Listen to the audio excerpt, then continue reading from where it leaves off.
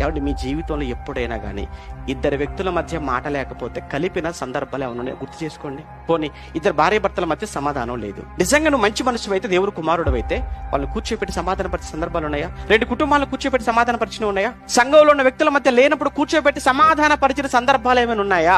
లేవని అనుకుంటే దేవుని పిల్లలు ఎలా అవుతారు? అది దేవుని పరిచయం ఎలా అవుతుంది? సహోదరుల మధ్య ఏ ఉండకూడదు తెలుసా? కలహాలు ఉండకూడదు. నిజంగా మన సహోదరులం అయితే, మన కుటుంబం అయితేనండి, మన మధ్య ఏ ఉండకూడదు? ఎట్టి పరిస్థితుల్లో మన మధ్య కలహాలు ఉండకూడదు. మీరు ఆదికాండము మీరు చదువుతున్నప్పుడు ఎన్నో అధ్యాయం, ఆదికాండం 13వ అధ్యాయం 9వ వచనంలో అబ్రహాము లోతుని పిలిచి ఏమంటాడు? నాయన లోతు, మన ఇద్దరం సహోదరులం కదా, నీ పశువుల కాపరికులు నా పశువుల కాపరులకును, అలానే నాకును నీకును మధ్య ఏ ఉండకూడదు అన్నాడు? కలహం ఉండకూడదు. ఎందుకు? మన సహోదరులము గనుక. అంటే సహోదరులైతే ఖచ్చితంగా వాళ్ళ మధ్య ఏ ఉండకూడదు? కలహం ఉండకూడదు. మళ్ళా చెప్తున్నాను, ఇప్పుడు ఒక్కసారి మీరు ఆలోచించుకోండి.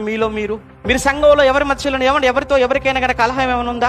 మీలో మీకు ఎవరికైనా కక్షలు ఉన్నాయా? అలా అయితే మీరు సహోదరులు కారు. మీరు సహోదరులు కారు అని అంటే మీరు క్రీస్తు రక్తంలో కడగబడిన వారు కాదు. క్రీస్తు రక్తంలో మీరు కడగబడలేదు అని అంటే అసలు సంఘానికి సంబంధించిన వారే కాదు. కనుక ప్రియులారా ఆలోచించండి. సహోదరుల మధ్య కలహాలకు అవకాశం లేదు, ఉండకూడదు.